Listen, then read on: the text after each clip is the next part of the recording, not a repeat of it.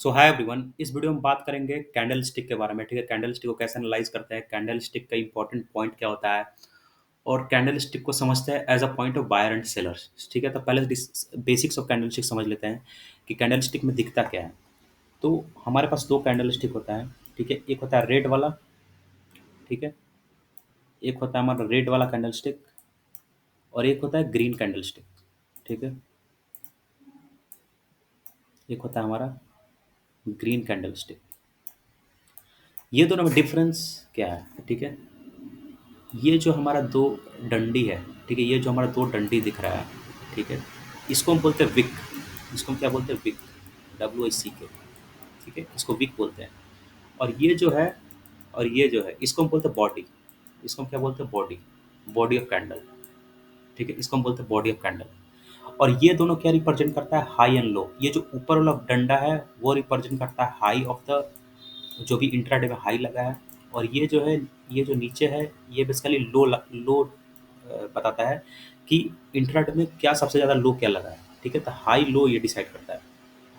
ठीक है, अब समझते हैं ओपनिंग और ग्रीन और रेड कैंडल क्यों बनता है, ये समझते हैं थोड़ा। तो ग्रीन कैंडल, जैसे ग्रीन कैंडल का मतलब क्या होता है?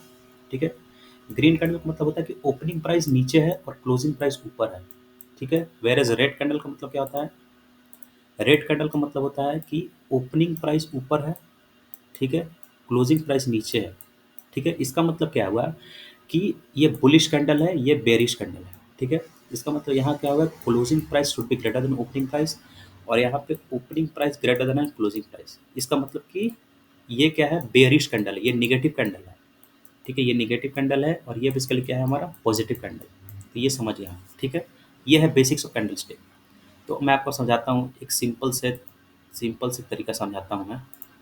सपोज कोई स्टॉक है, ठीक है, कोई स्टॉक है जो जो ओपन हुआ 200 पे, ठीक है, क्लोज हुआ 250 पे, हाई लगाया था 300 का, लो लगाया था 190 का। तो इसका कैंडल कैसा बनेगा? ओपनिंग, ये प्राइस क्या है? ओपनिंग प्राइस है। ये प्राइस क्या है? क्लोजिंग प्राइस है। ये प्राइस क्या है? हाई है। ये प्राइस क्या है? लो है। ठीक है, तो क्लोजिंग प्राइस ज़्यादा है, ओपनिंग प्राइस है, तो कैंडल कैसा बनना चाहिए? ग्रीन बनना चाहिए। तो हम कैंडल कैसा बनाएंगे यहाँ पे?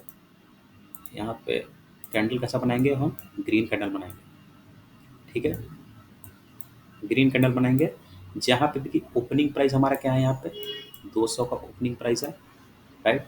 250 का यहाँ पे हमारा क्लोजिंग प्राइस है, राइट। एंड 300 का यहाँ पे हाई है एंड 190 का यहाँ पे लो। ठीक है, तो ये हमारा एक बेसिक्स ऑफ कैंडल स्टिक है। अब बात करते हैं रेड कैंडल को कैसे पहचानते हैं। ठीक है, रेड कैंडल को सपोज ओपनिंग प्राइस है हमारा 200, ठीक है, क्लोजिंग प्राइस हो गया 190। ठीक है, हाई लगाया था हमारा 250 का, ठीक है, हाई लगाया था 250 का, और लो लगाया 180 का। तो इसमें कैसा बनेगा कैंडल? इसमें रेड कैंडल बनेगा। ठीक है, इसमें रेड कैंडल बनेगा जहाँ पे कि ओपनिंग, ओपनिंग कितना है इसका? 200 का। ठीक है, सॉरी, ओपनिंग है यहाँ पे, ओपनिंग है 200 का एंड क्लोजिंग है यहाँ पे कितना? क्लोजिंग है 190 का, राइट। एंड हाई लगाया है 250 का एंड लो लगाया 180 का। तो बिकॉज बिकॉज ओपनिंग प्राइस ज़्यादा है क्लोजिंग से, इसीलिए रेड कैंडल बना। ठीक है, ओपनिंग प्राइस ज़्यादा है क्लोजिंग से, इसीलिए रेड कैंडल बना। तो यही है बेसिक्स ऑफ कैंडल स्टिक जो आपको समझ में आना चाहिए। अब दो चीज और समझते हैं। हम समझते हैं स्ट्रेंथ ऑफ कैंडल क्या होता है। ठीक है, स्ट्रेंथ ऑफ कैंडल समझते हैं। ठीक है, स्ट्रेंथ ऑफ कैंडल समझते हैं,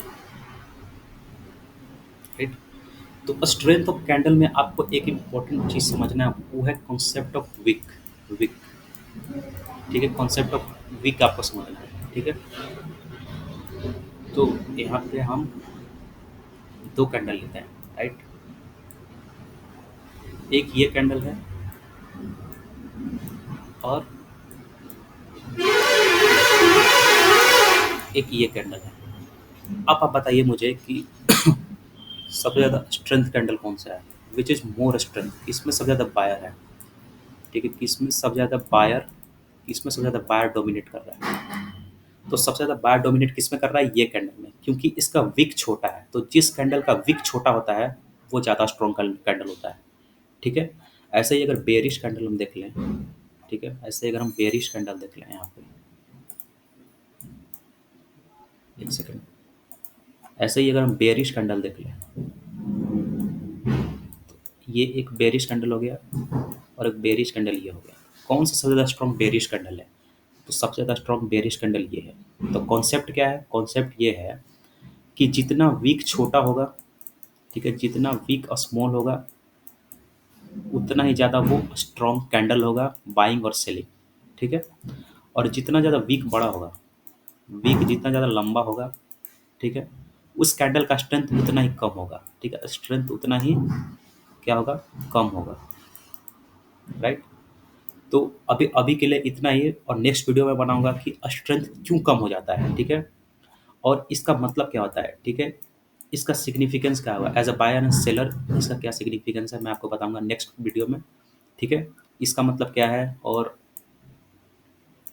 इसका मतलब क्या है, ये दोनों कैंडल का मतलब क्या होता है, ठीक है, या फिर ऐसे जो कैंडल बन जाता है इसका मतलब क्या है, तो ये मैं आपको नेक्स्ट में बताऊंगा कि इसका सिग्निफिकेंस क्या है, ठीक है, क्यों विक बड़ा होने से कैंडल का स्ट्रेंथ लूज हो जाता है, ठीक है। So thank you for watching, और अगर चैनल को पसंद आ रहा है तो लाइक करें, शेयर करें, सब्सक्राइब करें। Thank you.